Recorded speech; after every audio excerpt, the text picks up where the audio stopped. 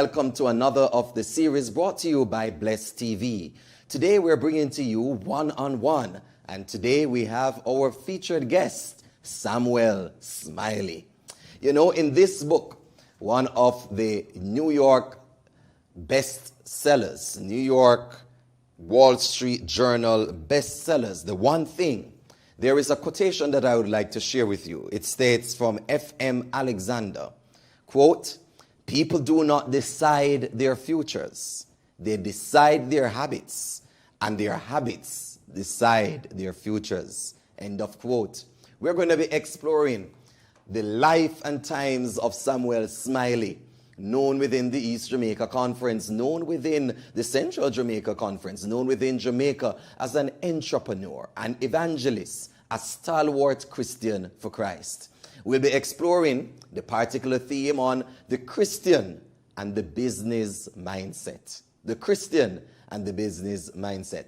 Welcome, Elder Samuel Smiley. How are you today? I'm very blessed to be here, Pastor. Thank you for having me. Blessed. God has been good. Amen. God has been truly good. Amen. Elder Smiley, walk us through for the listeners who are not aware as to who you are. Who is Samuel Smiley? Samuel Smiley is the second to last son of 6 children for Martin and Merdeline Smiley. Both parents have been deceased, 27 years apart. And I have been blessed with their heritage and their tutoring of all of us as children. I am married with 1 child. My wife Geraldine is with me, and our daughter Gabrielle has just gone back just 2 weeks. She resides in Canada. We are blessed with many, many children, however, that we have adopted from the community where we do evangelism. Well, we're going to be sharing with Elder Smiley today from 3 perspectives. We're going to look on the spiritual heritage, we're going to look on the business acumen, and then we're going to be focusing on ministry and some of the challenges that come with ministry and with business in the midst of COVID. So Elder Smiley, walk us through, bring us back into your family life. Share with us, what was life growing up? What was life like growing up in your family home? Well, in the home, I couldn't say we were poor, but we were by no means rich. And God has been good to my parents. Mm-hmm. My father, up to age 24, has not lived with me from January to December, because he was an external provider back and forth England to Jamaica. He left me in the stomach, came back when I was about 6 months old, spent 6 months, and then left 3 years after we would see him. But he always maintained his family.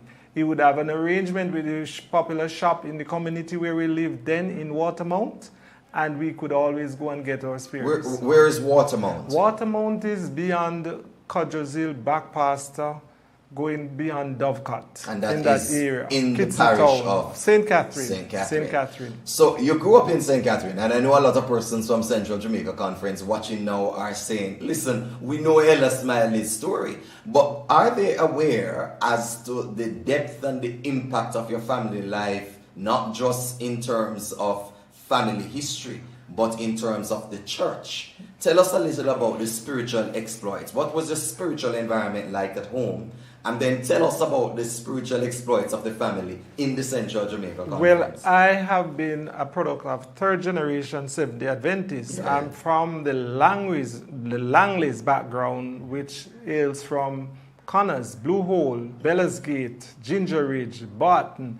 Those areas are where my ancestors led and established evangelism and established churches by way of through tracts then with battle lamps, and they would minister to people in various communities, well dedicated, would live and die for the gospel.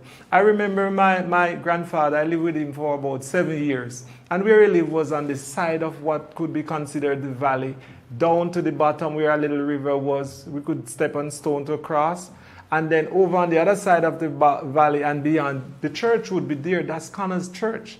And whenever church would be in session, whether Sunday night or Sabbath night or Wednesday night, or if there's a crusade, we would always look out for the light in the church. Because where and we those were, days, was it electricity light? no or was electricity. It was the gas lamp, Yeah, this spirit is lamp 1974. in the 70s. 70s, Yes, right? yeah. Early 70s to mid 70s and beyond. And I would walk with our cousins and my grandfather and his wife then through the track with battle lamps over to the other side of the valley and walk along the roadway till we get to church. Hold on there, Elder Smiley. Some persons might be watching and wondering, what is battle lamp?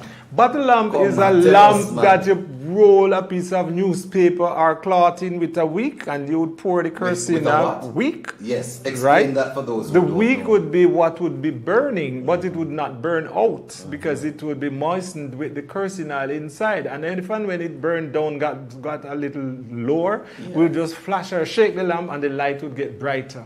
So we would always have our battle lamp to walk and guide us along the little tracks that we would walk through the valley on the other side.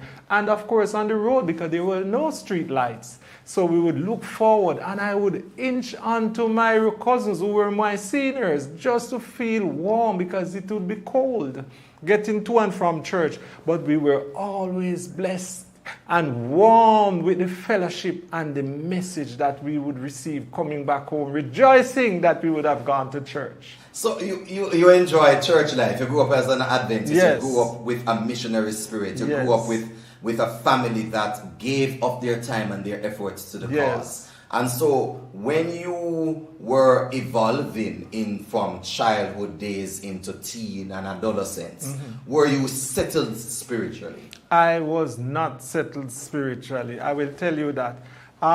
In my young adult, late teens, but before I even get there, I remember when my grandfather would worship, there was a particular neighbor who would pass by, and once my grandparents would be singing, all other ground is sinking sand, it would drive him mad. He would slap the gate of my grandfather with his machete, and he was obnoxious about us ever singing those songs.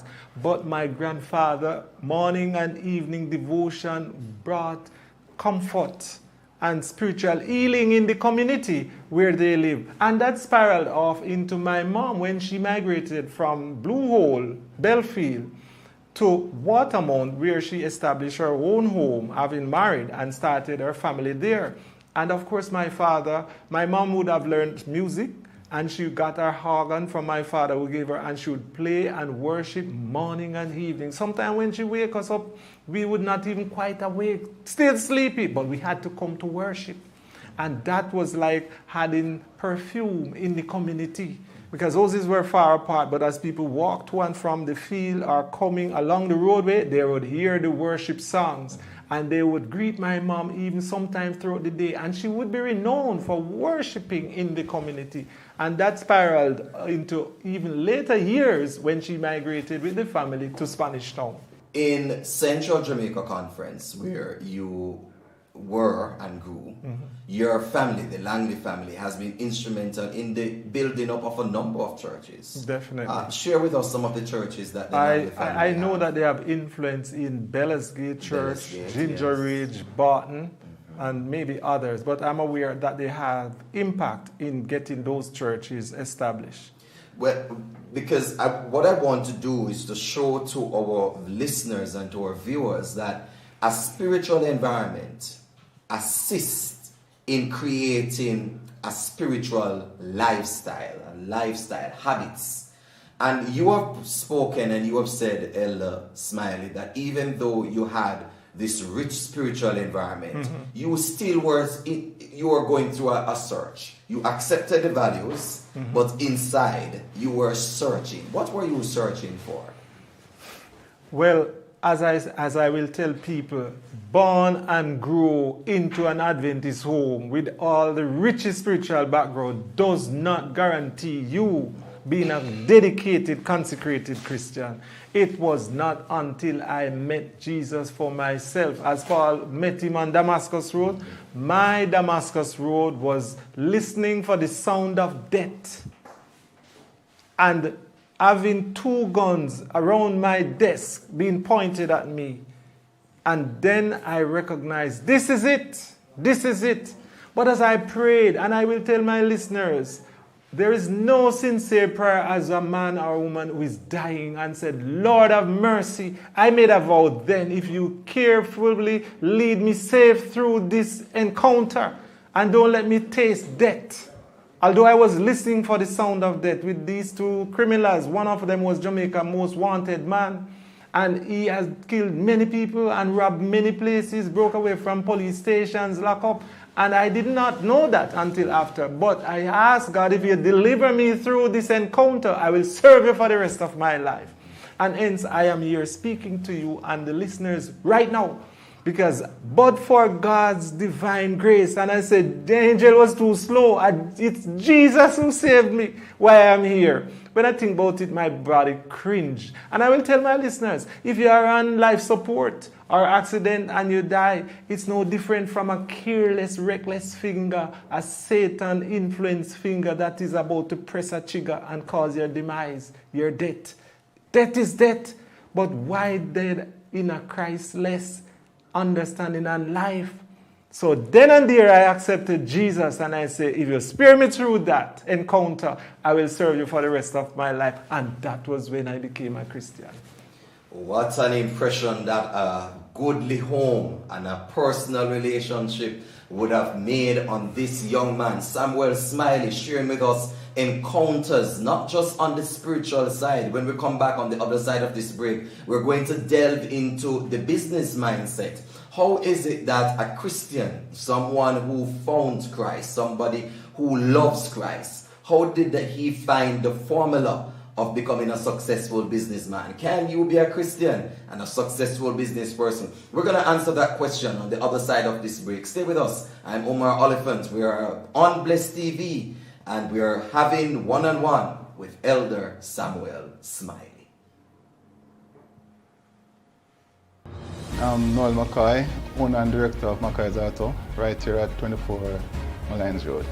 Before I actually started my own business, I used to take all my vehicles to First Choice Auto, right there on Addu Park Road, to Mr. Smiley.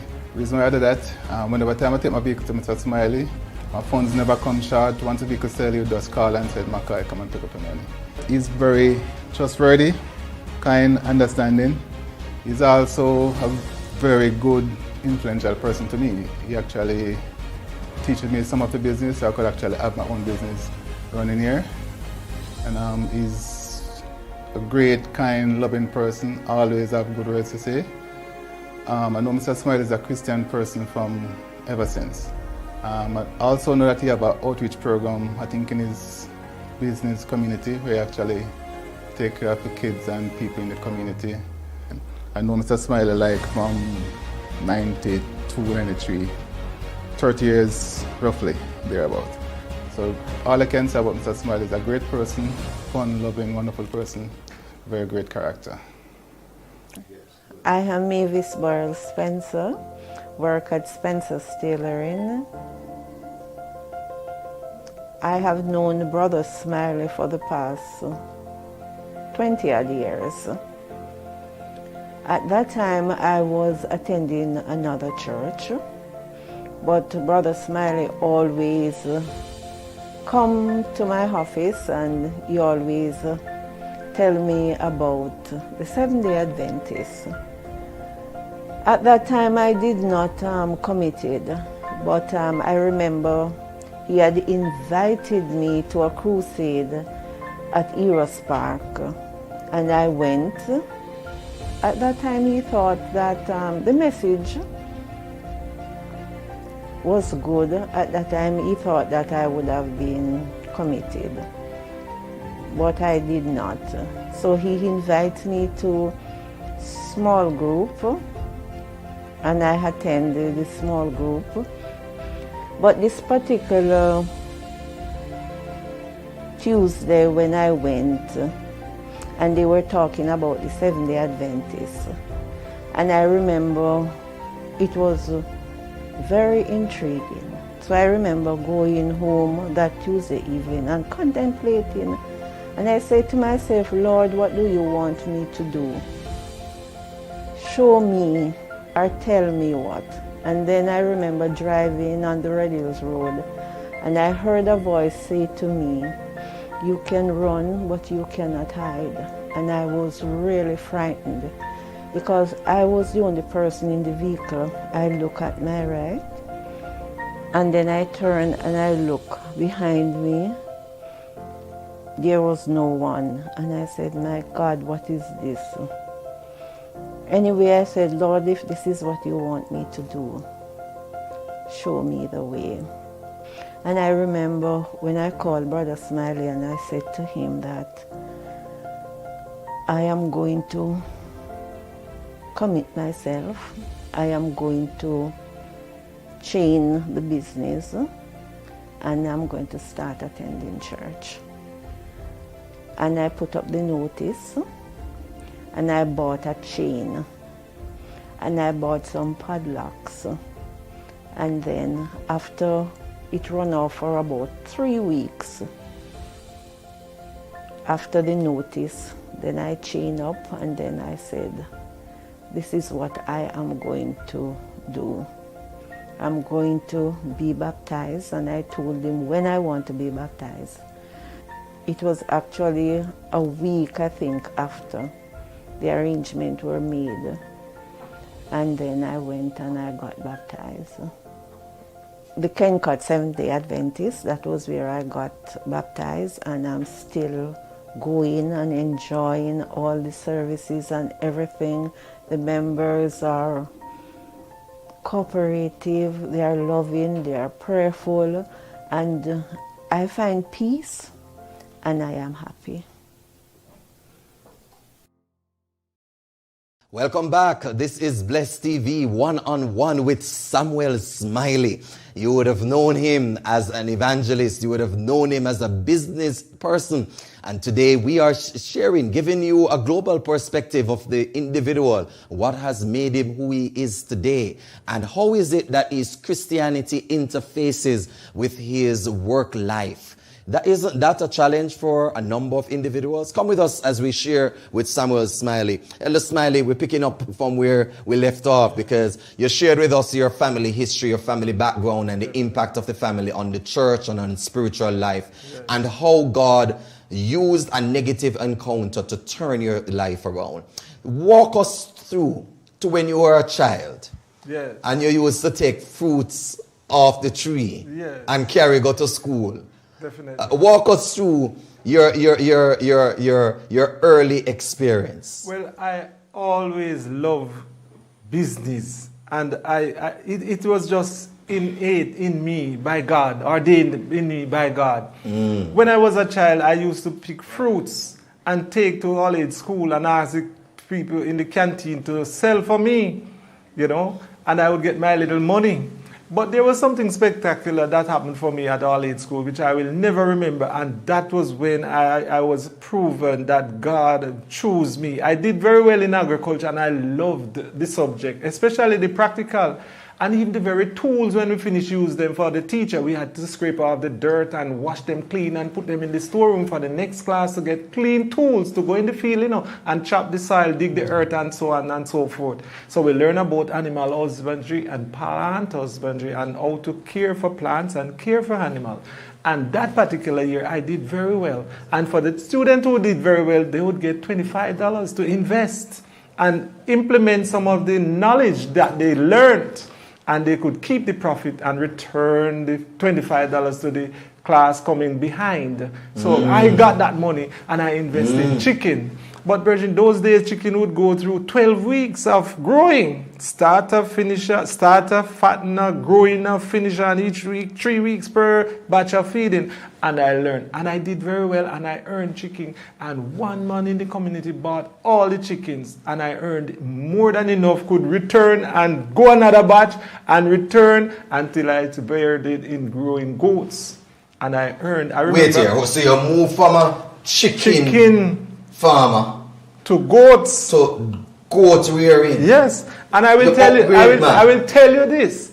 Not only chicken, but chicken and goat and plants. But as I how old were you at this time? This I was about 13, 14. But before we continue that part, what is it that was in you, or what was it that was driving you? Because you said you weren't poor. No. You are able, your father used Yes. to take care of you. My parents and all the parents used to take children. care of Yes, and all of the yes, children. yes. So what was it that was driving you to want to take fruits and turn it into a business? I wanted my own money. I wanted to save towards getting my ambition in life to buy my own toys, my own little truck. I wanted a bicycle, and I wanted all these things. I wanted a roller, and one day I tell myself I want a home and I want a business. But just to tell you a little more about the goats and the chicken and plants. I remember planting cabbage at the riverside, and it grew nice, and just when I was about to reap it, God would have it. Not God. Satan would have it. Somebody went and chop down and chop up all the cabbage. Because we have a very loving church sister who would go to the Spanish Town market, and her plan was to give it to her to sell for me. And they chop up everything. And I was wounded in spirit. It's a good thing I had a dog who used to follow me to the bush. And I had to call the dog to stand by with me, and I walk home sad. But that didn't deter me. Because shortly thereafter, my parents decided to migrate to Spanish Town, where they were building a house. I couldn't carry the goats with me, so I asked a classmate to take charge of the goats, and 50% of the increase would be his. And brethren, the long and short of it, when God bless you, no man challenge you, And when God curse you, no man bless you. That schoolmate robbed me all of my goats. I got none out of 13 that I give him, plus the increase. Nothing. I live to still help him. And God bless me. I come to Spanish Town and I pick up my bearing with a camera. I asked my father for it. He gave me a camera. He used to do photographing as well. And I'd start to take pictures. The team at school. Let me think about it. You use the pictures and make the photography Make and make money. Make money. I remember the first wedding I do was for a tenant at our home. And that was a policeman, and he robbed me and didn't give me my money.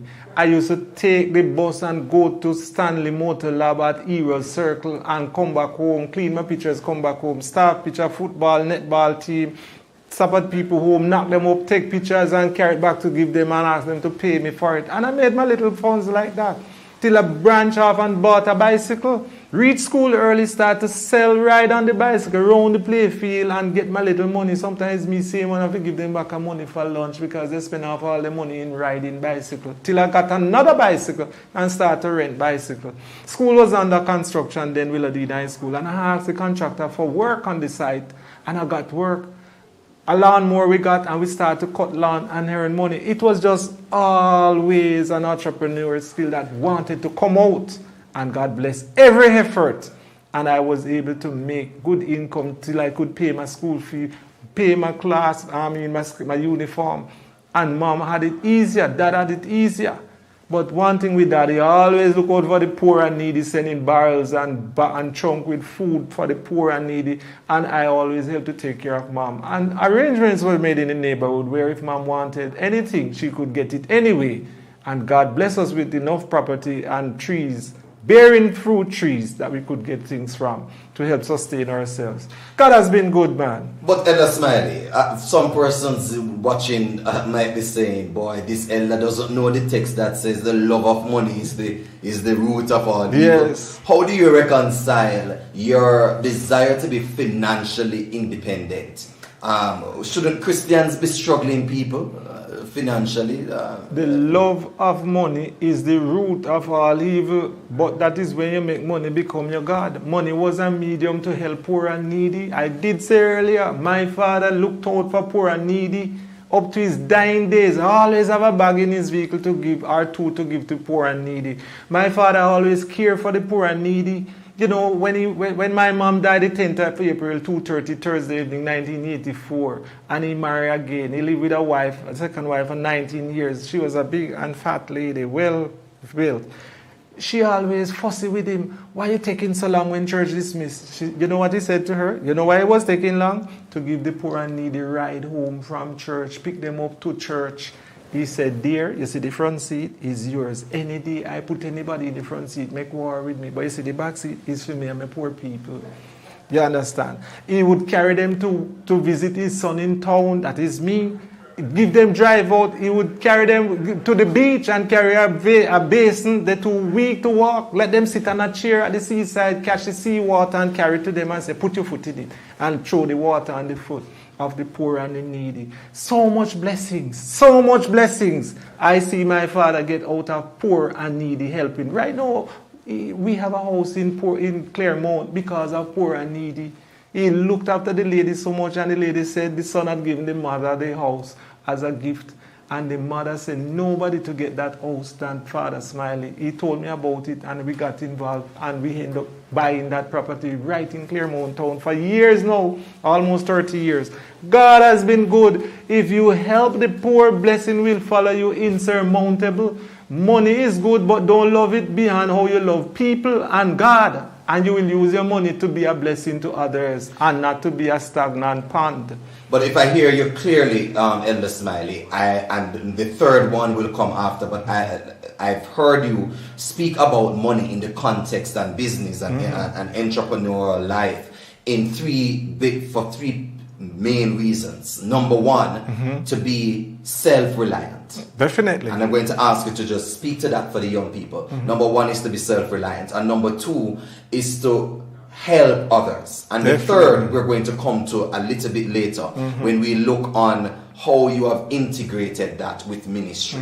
But let's deal with the first two. The issue of self-reliance and the help to others. You've more emphasized the second one.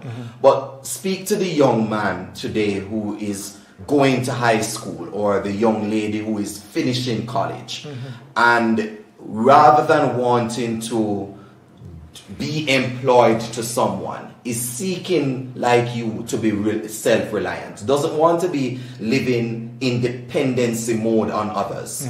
How can that individual help to carve out a future as you have done, a habit as FM Alexander states, which develops over a lifetime of not being reliant on others? Once you have a clear mind, and I will emphasize, do not leave God out of it all. He must be the first, the middle, and the best of it all. You understand?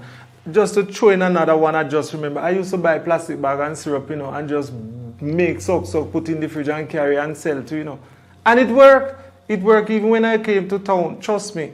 God will give you the wisdom and the keen discernment how to use your money not to be a hindrance. And the little things that you can do, it will give you confidence in moving into greater things. Too often we want to start with great things and we don't have the money to start great. Start little, and little is much when God is in it, and much is cursed when God is not in it.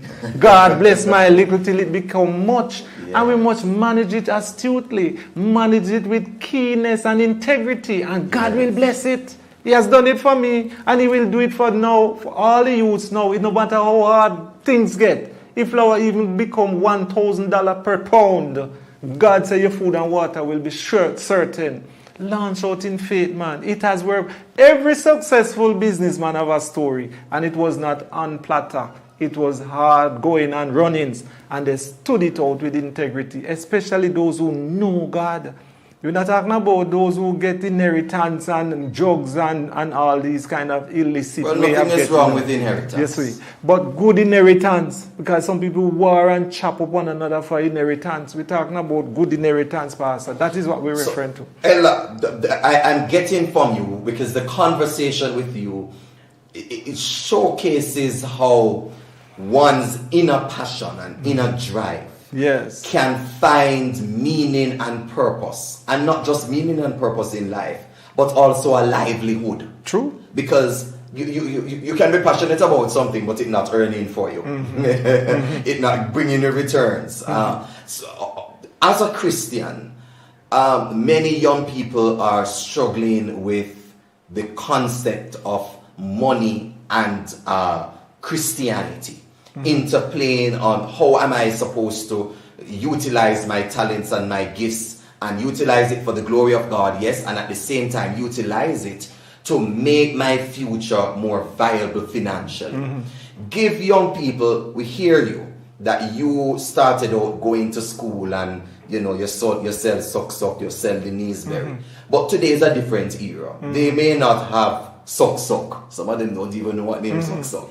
Naysbury, they might not be interested in that. But maybe they have other things, other capacity and skills and talents. Yes. Give our young people at least 3 things, 3 core principles that they can take to lead the chart of their life from being passionate to gaining livelihood. All right. The first one I will tell you, put God where he righteously needs to put. Put God first. Put God first. Matthew 6:33. Seek ye first the kingdom of God and his righteousness, and all these things will be added unto you. We cannot exhaust God's resources, neither his wisdom. Let's humble ourselves and work with little, man. Now the second thing, what about our faith? What about our faith? Launch out with your ambition. The third one will be your ambition. Have an ambition to gain something out of life. Don't let where you live determine your destiny. That is a means of launching from where you find yourself, right? We didn't have it. And even though people come in and see, they would even know that I ran taxi for 7 years almost. 7 years of taxi. But Hard it's work. Almost, it looks like you look like you cover all the traditional scope of work, man. You're taxi man, you're a businessman, what have you not done? You understand? God will bless your little, and I can't overemphasize it. Your little will become much. And when your little become much, strive to be humble. Ask God equally for an endowment of humility. And when you have humility with your ambition and your passion to make reality of your ambition and God rightfully where he ought to be, those 3 things will make wonders for you, And guess what? Even though we have those 3 things like your faith, your ambition, and working with the little you have, the little, once you invest it and you see returns on it, it will give you confidence. And that could be looked at as your short-term goals and make mid-term one and long-term ones. Because I did not come to own business just like that. It took time. And the young people today must remember, many people who have things that they're looking at right now. It took years and decades for people to have what they are seeing now and glorying in. So it's going to take a time for them also to invest their ambition and their passion and their faith and their trust in God before it becomes good reality. Sometimes they can ask for help. You don't see the means, but people see your passion and people will help you, man. A lot of people who went through NTU and West School didn't have it. They launched in faith and help come to them. The source of the help was ultimately God. And God will touch someone once he sees you are thriving after something that you cannot manage on your own. Help is there. I too have helped many. And we mustn't boast and brag, we right and help the left hand. But God has blessed me to bless others. And I always remember the story of Abraham. He was to be a channel through which blessing would flow through him to nations of the earth. You see, and God promised Abraham a blessing through his generations and his seeds. And until now, we are heirs of that blessing.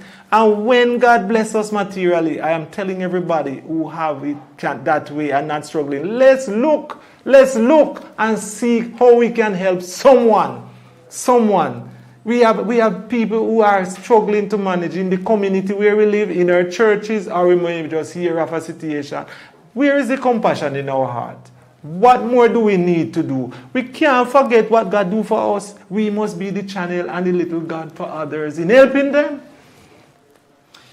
Samuel Smiley sharing with us insights into how we can develop a entrepreneurial spirit, or rather develop the entrepreneurial spirit inside of us. 3 points I've actually gotten. Number 1, in terms of his strategy, he says to start small. Number 2, you need to have a business mindset. It wasn't just to get up and to do something. No, from a child and coming into his early years, he had a mindset towards making a profit, becoming self-reliant, making money so that he can be able to help others. Having a mindset is important. And number 3, he speaks about values. So we must have core values at our center. And he says we must put God first. Number 1. Number 2, he speaks about faith as a value. And number 3, he speaks about humility. What a powerful way to move from our second segment, bring you into a break. But I'm going to share with you just a little more from this book. The one thing, the surprisingly simple truth behind extraordinary results. And something that Elder Smiley just said. Watch this. Listen to what the author says. When one thing, the right thing, is in motion, it can topple many things. Amen. When one thing, the right thing, is in motion, it can topple many things. Speaking about the Christian and the business mindset, this is Bless TV. We are doing one-on-one with Samuel Smiley. We'll return right after this short break. I'm Noel McCoy, owner and director of McCoy's Auto, right here at 24 Malines Road. Before I actually started my own business, I used to take all my vehicles to First Choice Auto, right there on Adventist Park Road, to Mr. Smiley. The reason why I do that, whenever time I take my vehicle to Mr. Smiley, my funds never come short. Once a vehicle sell, you just call and say, McCoy, come and pick up the money. He's very trustworthy, kind, understanding. He's also a very good, influential person to me. He actually teaches me some of the business, so I could actually have my own business running here. And he's a great, kind, loving person, always have good words to say. I know Mr. Smiley is a Christian person from ever since. I also know that he have an outreach program, I think in his business community, where he actually take care of the kids and people in the community.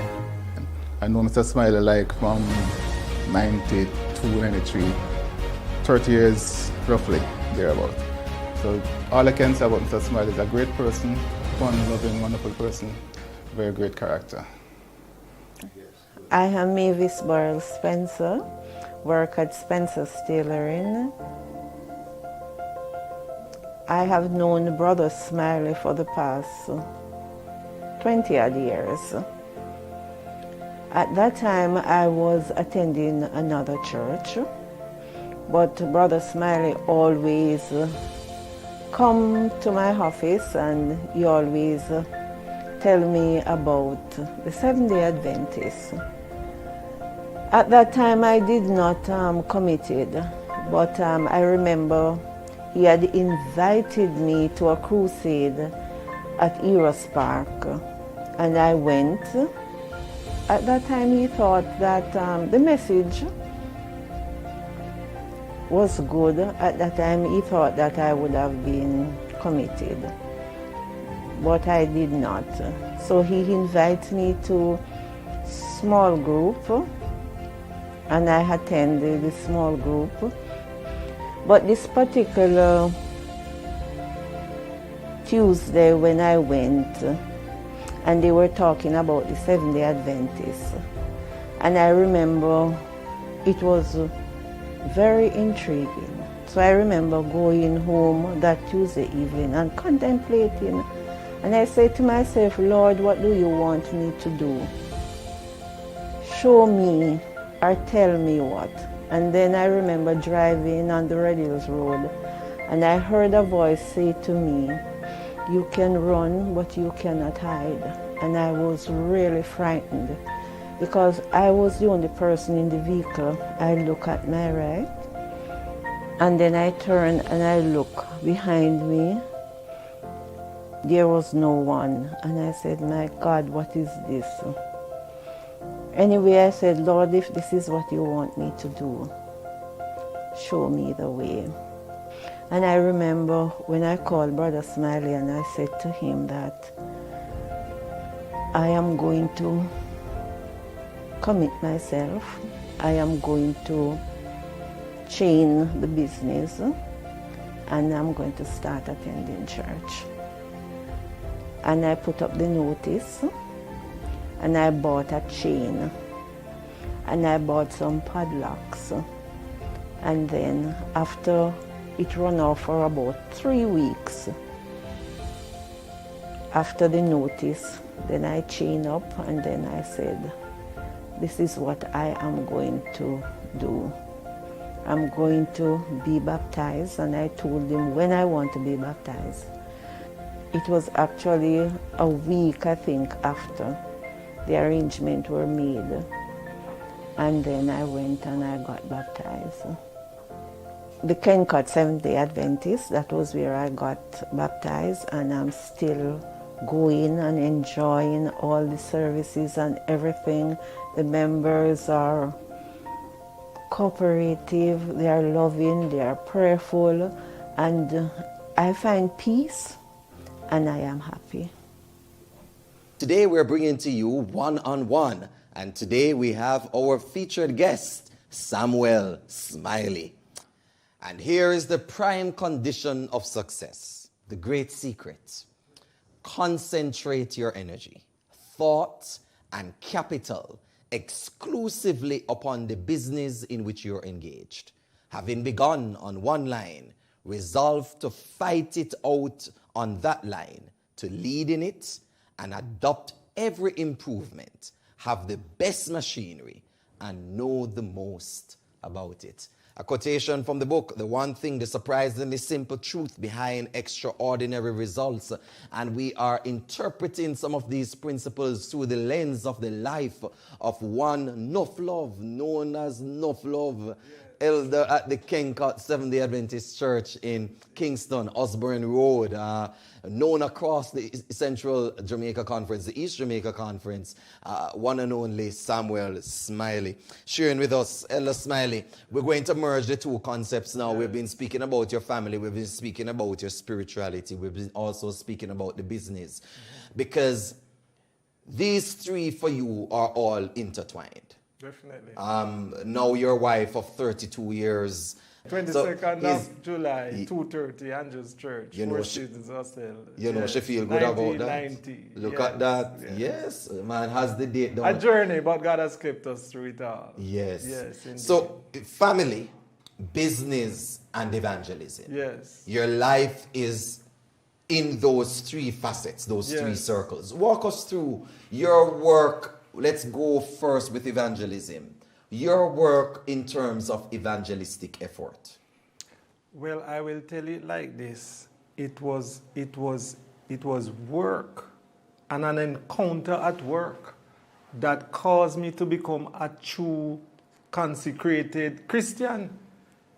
Being held up in my office, and this was after coming out of partnership with a known person, I will allow remain nameless now, for 4 years. And when I was going in that partnership, I told him what I'm coming in the partnership with and not leaving when I'm leaving.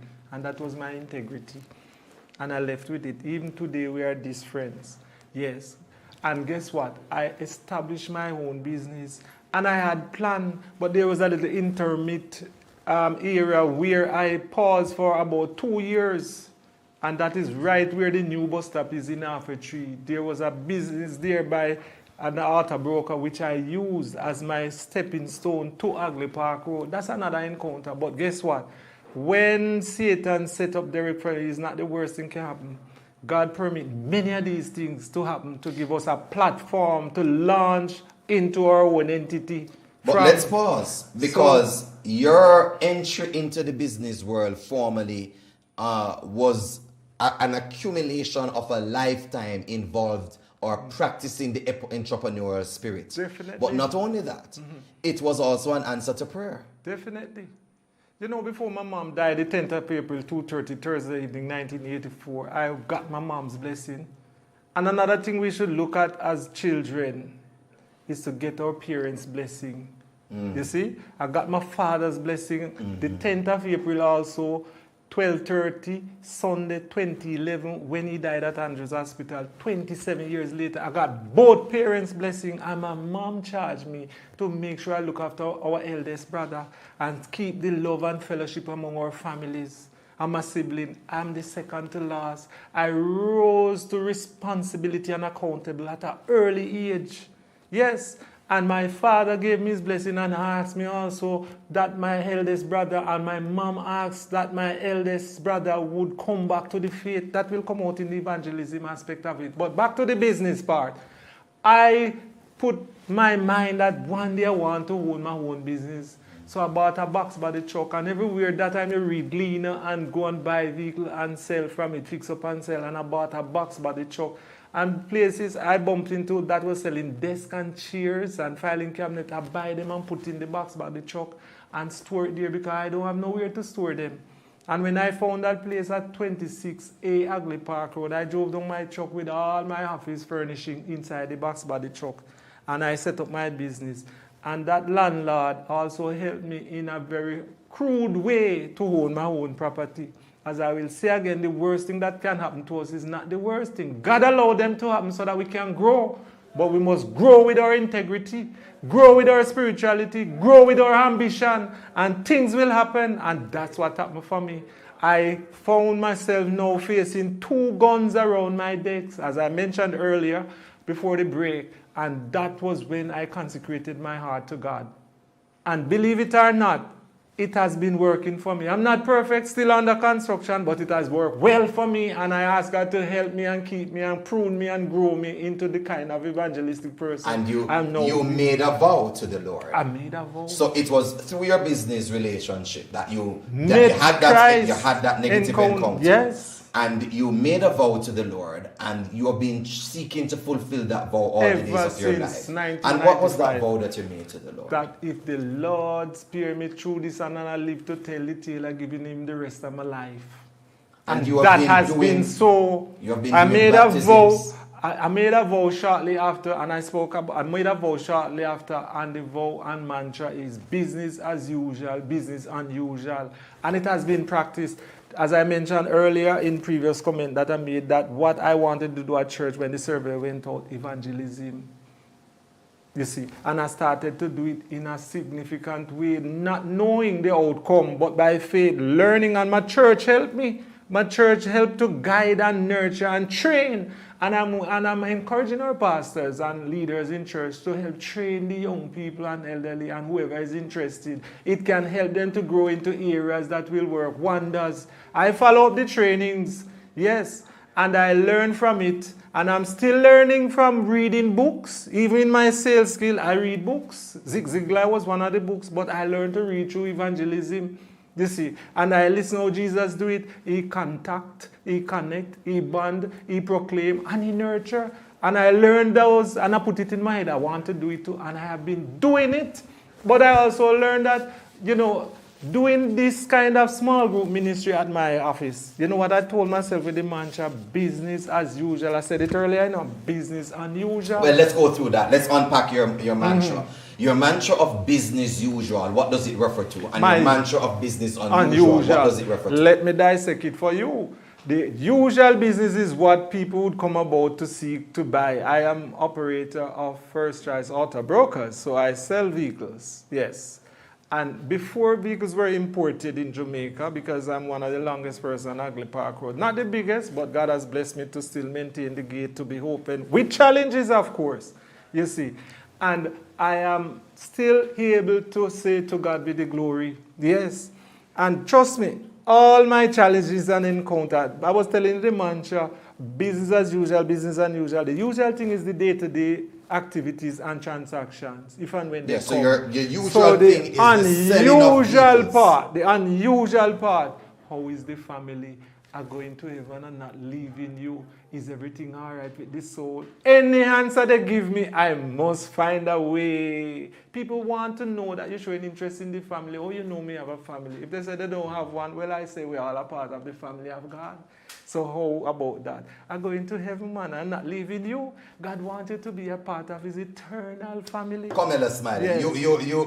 I wanted to share the exciting story of how you opened up your business place to studies being done there and how it led to the family that you're speaking about. Yes. So I joined, having got the training with a senior Elder Marby, Fitzgerald Marby, and supporting him in his small group and learned from him. Yes. And so how it happened. So I told him and served him notice, I want to do it too one day, elders. So I break and left. But even then I didn't have the courage and confidence. So I asked another elder to come, and the elder came. But not much of us was there, just about one family. Mm-hmm. And the young man said he wanted to get baptized. No, it's not just one family. One person. Not just one yes, family. and he came, he had that respect and revere with me that he came and we studied together, and share, and he wanted to get baptized. Carry all his clothes to church to baptize. And he said, brethren, me not about to baptize. And he said, how come? Me not about to baptize, man. But he kept coming and we kept studying with him. It's not everything you get as discouragement and disappointment is real disappointment. God is behind working that we cannot do for ourselves, that the Holy Spirit is to do. And I kept working and encouraging with him. And he said, no, I'm ready. You know how much ready this time? He said he's not baptizing, leaving his family. So he baptized with his wife and his twins. Yes, and his entire family got baptized many Sabbaths later. And so you have seen how God has worked for you spiritually. Yes. You have seen how God has worked for you with small group ministry. Yes. And you see how God worked for you as a business person. And in the community. And in the community. Definitely. Yes. Because I tell you more about the small group. It went so successful for me at Hagley Park Road, where I offered and used my office as the place for evangelism.